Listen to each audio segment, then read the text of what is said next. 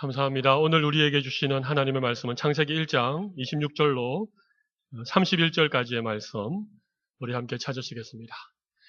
창세기 1장 26절로 31절 말씀, 우리 함께 찾으시고 한 절씩 교독하겠습니다. 하나님이 이르시되 우리의 형상을 따라 우리의 모양대로 우리가 사람을 만들고 그들로 바다의 물고기와 하늘의 새와 가축과 온 땅과 땅에 기는 모든 것을 다스리게 하자 하시고, 하나님이 자기 형상 곧 하나님의 형상대로 사람을 창조하시되 남자와 여자를 창조하시고, 하나님이 그들에게 복을 주시며 하나님이 그들에게 이르시되 생육하고 번성하여 땅에 충만하라. 땅을 정복하라. 바다의 물고기와 하늘의 새와 땅에 움직이는 모든 생물을 다스리라 하시니라. 하나님이 이르시되 내가 온 지면의 씨 맺는 모든 채소와 씨 가진 열매 맺는 모든 나무를 너희에게 주노니 너희의 먹을 거리가 되리라. 또 땅의 모든 짐승과 하늘의 모든 새와 생명이 있어 땅에 기는 모든 것에게는 내가 모든 풀을 먹을 거리로 주노라 하시니 그대로 되니라. 하나님이 지으신 모든 것을 보시니 보시기에 심히 좋았더라. 저녁이 되고 아침이 되니 이는 여섯째 날이니라. 아멘. 우리의 믿음의 눈을 여셔서 우리 가운데 임재하신 하나님의 영광을 볼 수 있는 귀한 시간이 되시기를 바랍니다. 귀한 찬양 감사합니다.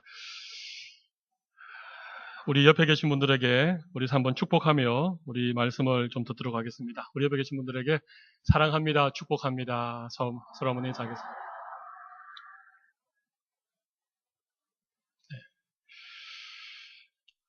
오늘은 우리 이제는 달라지겠습니다.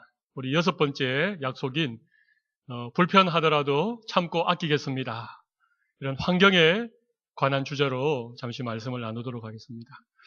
여러분, 환경이 많이 바뀌었습니다. 자연 환경이 많이 바뀌었습니다. 우리나라는 원래 온대 기후에 속한 나라였습니다. 봄, 여름, 가을, 겨울이 아주 확실히 구별이 되어지는, 겨울에는 굉장히 춥지만 따뜻한 봄이 오면 눈이 녹고 이렇게 봄바람이 불고, 오후가 되면 이렇게 졸음이 오는 그런 따뜻한 봄이 지나고 나면 이제 여름이 시작되죠. 이 장마도 있고 또 아주 뜨거운 불볕더위도 있고, 그렇지만 그 뜨거운 태양을 받고 이 곡식들이 여물어가는 이런 여름이 지나고 나면 아침 저녁으로 선선한 바람이 불어오는 가을이 시작되어집니다. 하늘은 높고 이 시원한 바람은 불어오는, 그래서 책을 읽기에도 좋고 또 우리가 활동하기에 참 좋은 그런 가을이 있습니다. 여러분, 이런 봄, 여름, 가을, 겨울이 아주 분명한 이 온대 기후, 우리 대한민국이 그런 아주 좋은 기후를 가진 나라였는데, 여러분 언제부터인지 봄이 사라져버렸습니다. 이 봄이 오는가 싶더니 갑자기 더워지고, 또 분명히 장마가 시작되어야 되는데 이 비가 내리지 않는, 여러분 지금 우리 여기 부산 지역에는 비가 옵니다만은 중부 지역은요 마른 장마가 계속되고 있습니다. 비가 안 옵니다. 그리고 비가 한번 오면 국지적으로 너무 많은 비가 쏟아지기 때문에 어떤 곳에는 물난리가 나는데, 또 다른 지역에는 이게 비가 너무 안 와가지고 이 농작물이 바삭바삭 말라가는.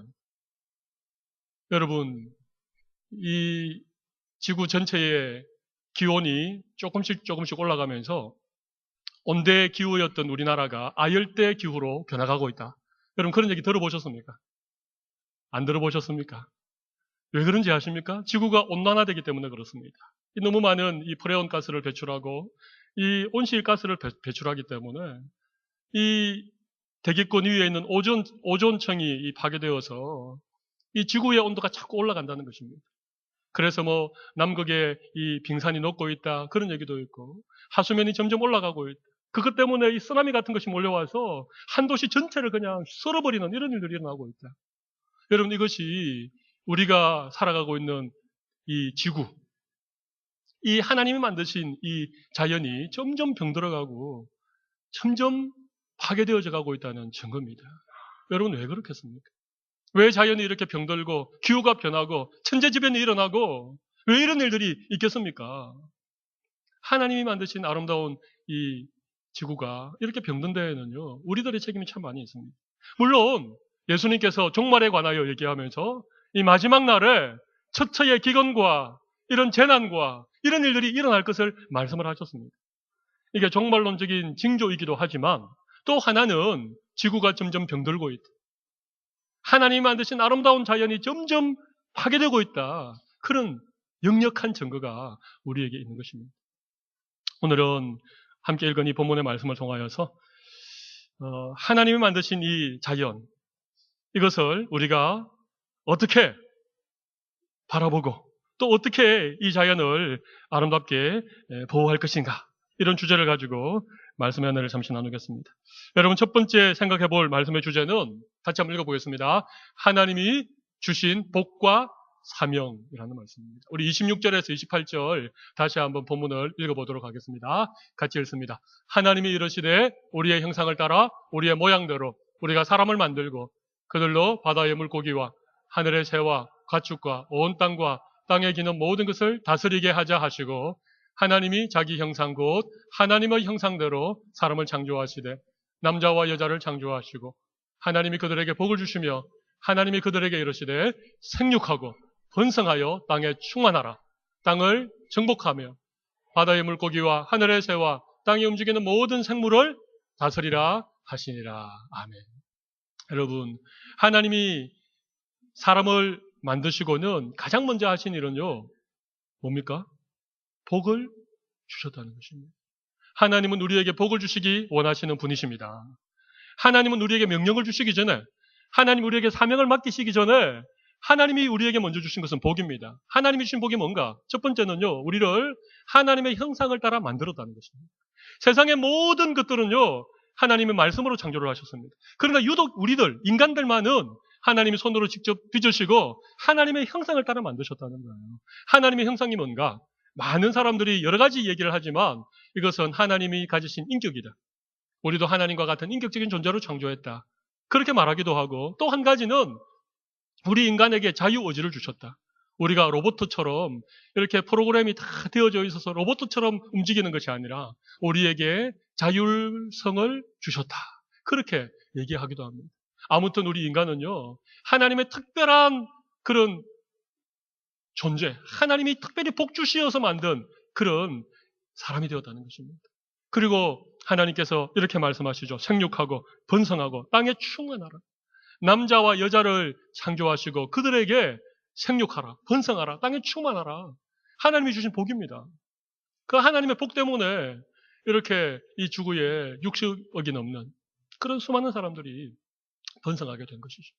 이렇게 복을 주시고 나서 하나님이 우리에게 명령을 주셨습니다. 우리에게 사명을 맡기십니다.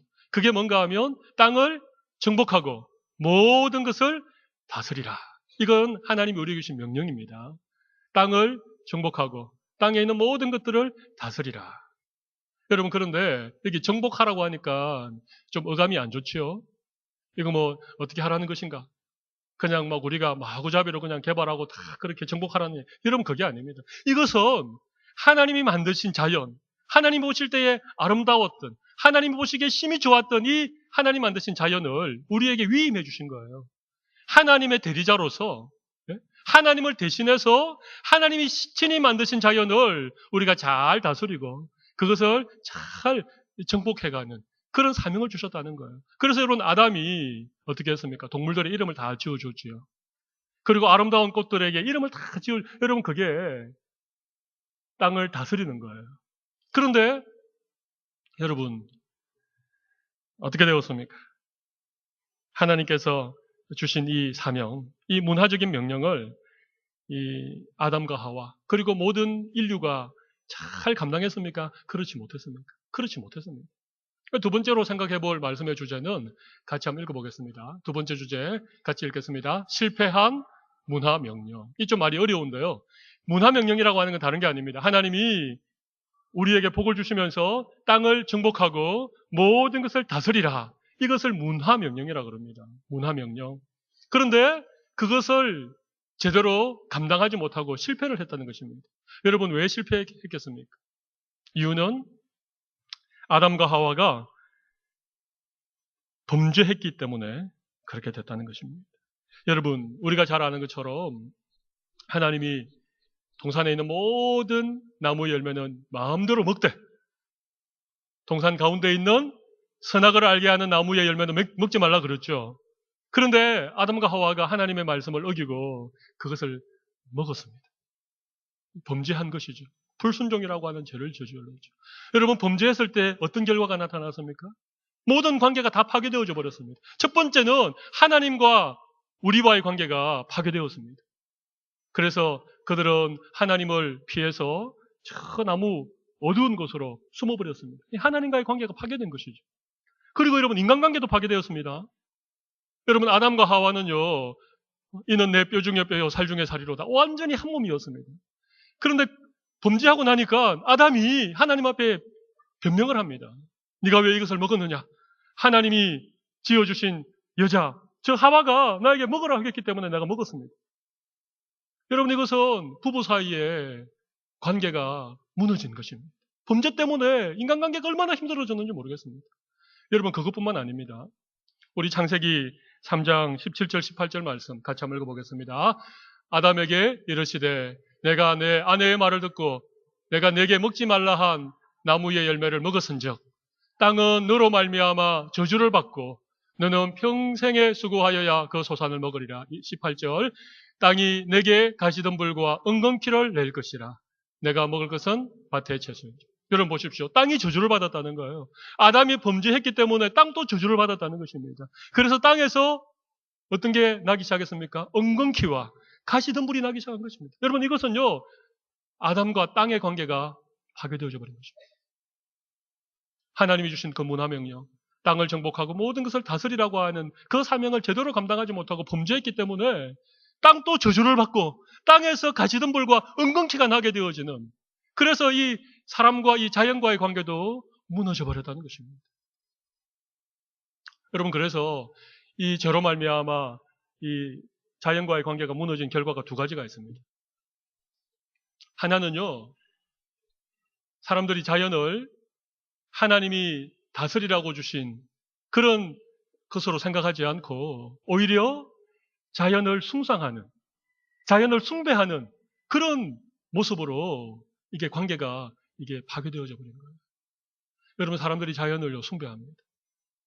달을 보고 숭배하고 큰 바위를 보고 숭배하고 오래된 고목을 앞에 놓고 거기에 절을 하는, 여러분, 힘이 있는 뭐 사자나 호랑이나 이런 동물들을 우상을 만들어서 섬기는 일들이 얼마나 많습니까? 여러분, 그건 아닙니다. 하나님이 지으신 모든 만물을 우리에게 어떻게 하라고 그랬습니까? 잘 다스리라고 한 것입니다. 그건 하나님의 대리자로서 하나님이 만드신 자연을 우리가 잘 다스려요. 여러분, 좋은 왕이 아니면 좋은 대통령이 나라를 다스리면 나라가 어떻게 됩니까? 나라가 평안하고 국민들이 행복하지요. 그런데 아주 악한 왕이 나라를 다스리면 어떻게 되겠습니까? 백성들은 불행해지고 나라는 점점 힘들어져 가는 거예요. 그런데 하나님께로부터 사명받았던 이 아담과 하와, 그리고 우리 사람들이 하나님이 주신 사명을 잘 감당하면 자연은 자연스럽게 아름다워지는 거예요. 그런데 그것을 잘 감당하지 못하였기 때문에 결국은 어떻게 됩니까? 결국은 이 자연이 파괴되고 있다는 것이죠.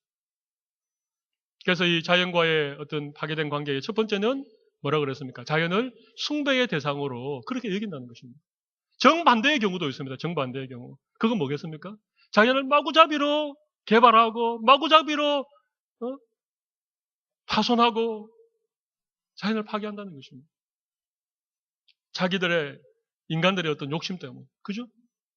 인간들이 좀 더 편리하려고, 인간들이 좀 더 많은 것을 얻으려고 무분별하게 살림을 훼손하고 그 자연을 훼손시키면서 그렇게 막 마구잡이로, 이것은 두 극단입니다. 범죄한 인간이 자연과의 관계가 파괴되어졌기 때문에 나타나는 두 극단이 뭐라고? 하나는 자연을 숭배하고 또 하나는요 자연을 파괴한다는 것입니다. 이건 잘못된 것입니다. 여러분, 그렇다면 우리 성도들이 이 자연에 대한 올바른 관계는 무엇인가? 세 번째 말씀의 주제를 같이 한번 읽어보겠습니다. 심히 좋았더라의 회복. 오늘 설교 소제목이 좀 난해하지요. 네. 심히 좋았더라. 이 말씀이 어디 나옵니까? 오늘 우리가 함께 읽었던 31절을 보십시오. 거기 보시면 이런 말씀이 있습니다. 네. 우리 하나님이 지으신 모든 것을 보시니 어떻게 해요? 그렇습니다. 심히 좋았다라는 거예요. 하나님이 지으신 모든 것을 보실 때에 심히 좋았다라는 것입니다. 이 심히 좋고 이 아름다운 이 자연이 왜 파괴되고 왜 몸살을 앓고 왜 이렇게 지구가 병들어 있습니까? 그건요, 바로 범죄했기 때문에. 인류가 범죄하고 그 죄 때문에 자연을 숭배하기도 하고, 참 아이러니컬한 건요, 자연을 그렇게 숭배하는 사람들이 또 자연을 마구잡이로 훼손하고 있다는 것입니다. 그런데 지금 우리가 해야 될 일은요, 이 하나님이 만드신 심히 아름답더라, 심히 좋았더라고 하는 이 자연을 우리가 회복해야 될 사명이 됩니다. 여러분, 예수 믿는 사람들에게 그런 사명이 왜 있는지 성경 본문을 하나 찾아보도록 하겠습니다. 로마서 8장 19절 그리고 22절 우리 같이 한번 읽어보겠습니다. 피조물이 고대하는 바는 하나님의 아들들이 나타나는 것이니. 22절 피조물이 다 이제까지 함께 탄식하며 함께 고통을 겪고 있는 것을 우리가 아느니라. 여러분, 피조물은 자연을 말하는 것입니다. 하나님이 만드신 이 세상이 다 신음한다는 거예요. 다 고통을 받고 있다는 것입니다. 이 죄로 말미암아 하나님께서 주신 문화명령을 망각한 이 인간들이 자연을 마구잡이로 훼손하고 자기 욕심을 채우기 위해서 그렇게 하다 보니까 이 피조물이 다 신음한다는 것입니다. 몸살을 앓고 있다는 것입니다. 그러면서 이 피조물들이 고대하고 있는 게 뭡니까? 하나님의 아들들이 나타나기를 고대하고 있다는 것입니다. 하나님의 아들들이 누굽니까? 예수 믿는 우리들입니다. 여러분, 우리는요, 예수님을 믿음으로 우리가 새로워졌죠. 할렐루야. 하나님과의 관계가 새로워졌죠.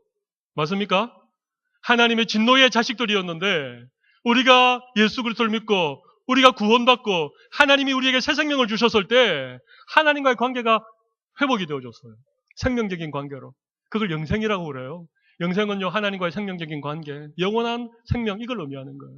그리고 하나님과 우리와의 관계가 아버지와 아들의 관계, 부자지간으로 회복이 된 것입니다. 할렐루야. 여러분, 예수 믿으면 하나님과 이런 관계가 회복되는 은혜가 있을 줄로 믿습니다. 또 하나의 관계가 회복되어졌죠. 인간관계가 회복되어졌어요. 그래서 예수 믿는 가정은요, 행복합니다. 예수 믿는 부부는요, 서로 사랑합니다. 예수 믿고 구원받았는데 여전히 부부간에 그냥 힘든 그런 가정이 있으면 기도하십시오. 우리의 죄 때문에 파괴되어진 인간관계가 예수님을 믿음으로 회복되게 해 주시옵소서. 그렇게 기도하시기 바랍니다.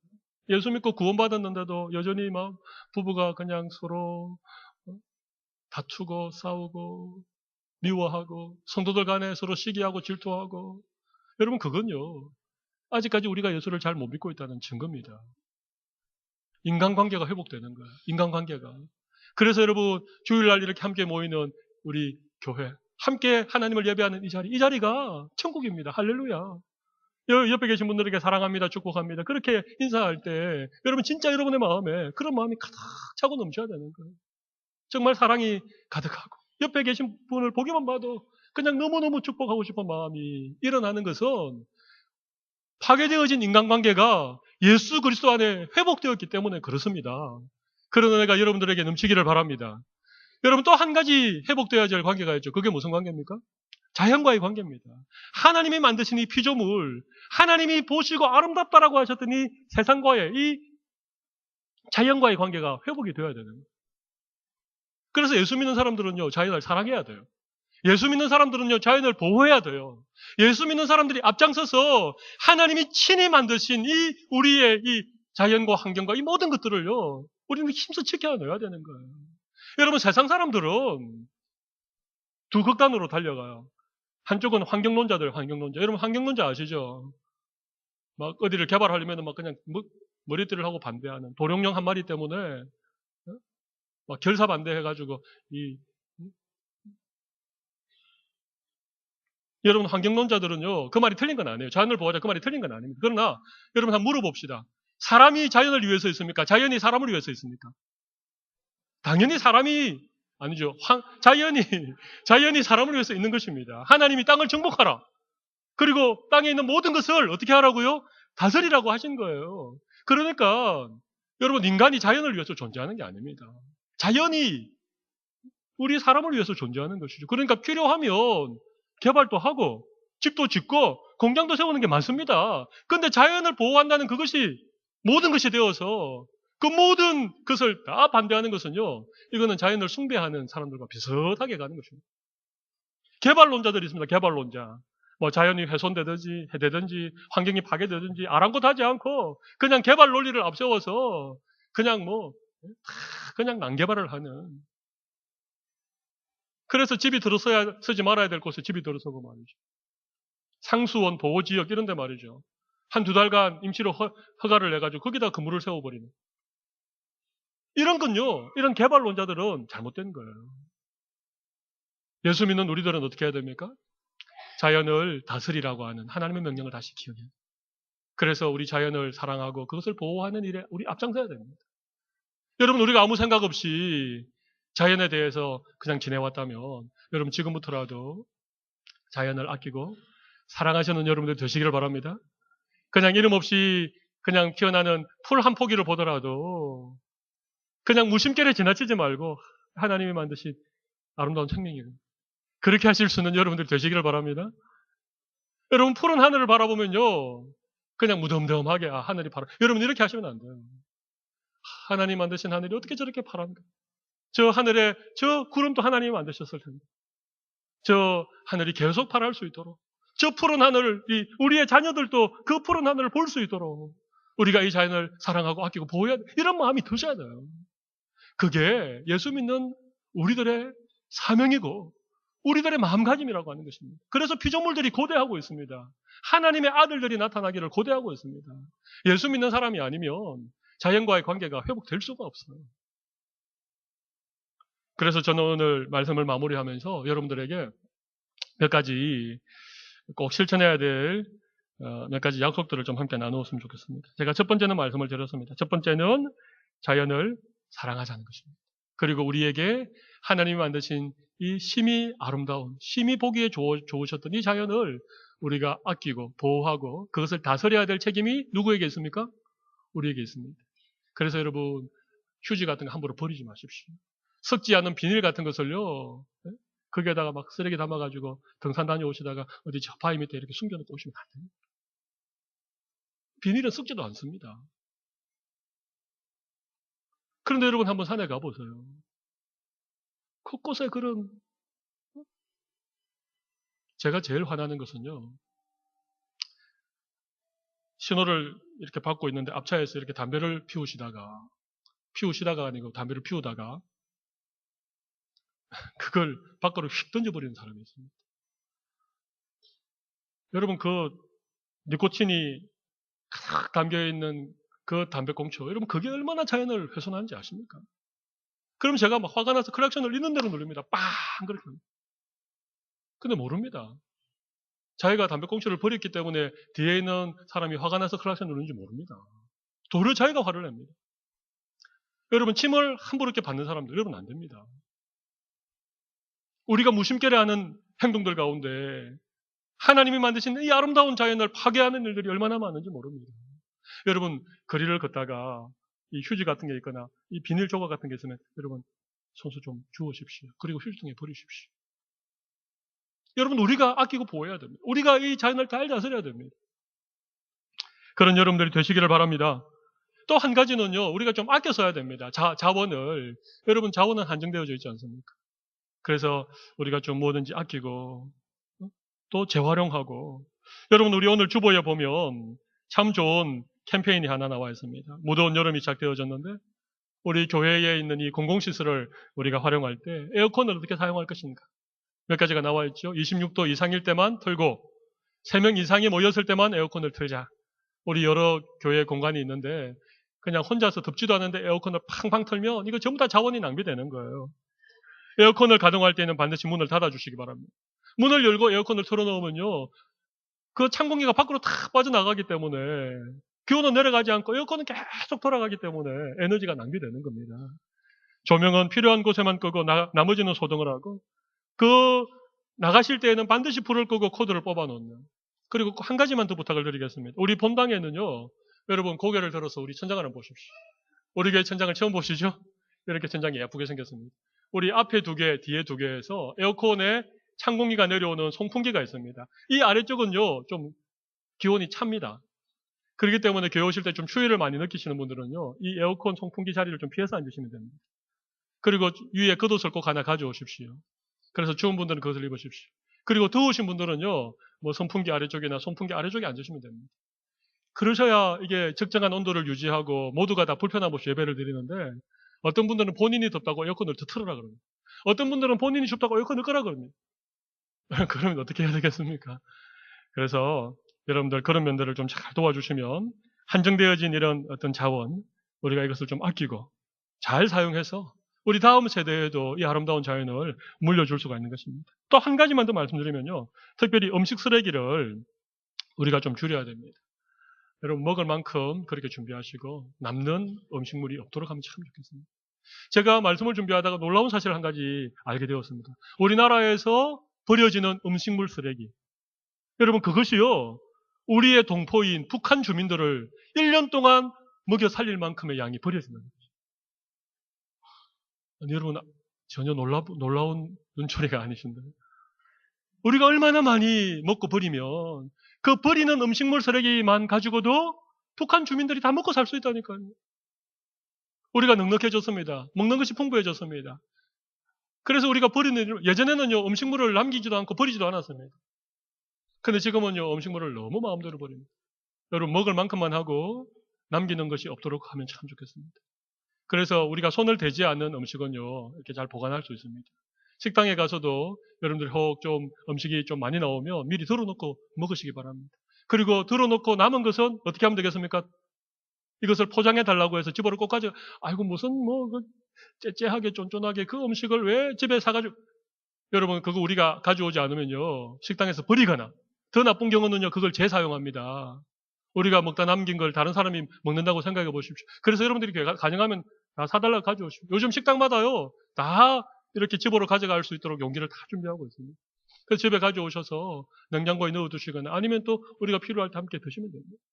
여러분 작은 것이지만 우리가 음식물을 적절하게 먹고 남기지 않고 그렇게 우리가 하나하나 이런 실천을 하면 참 좋겠습니다.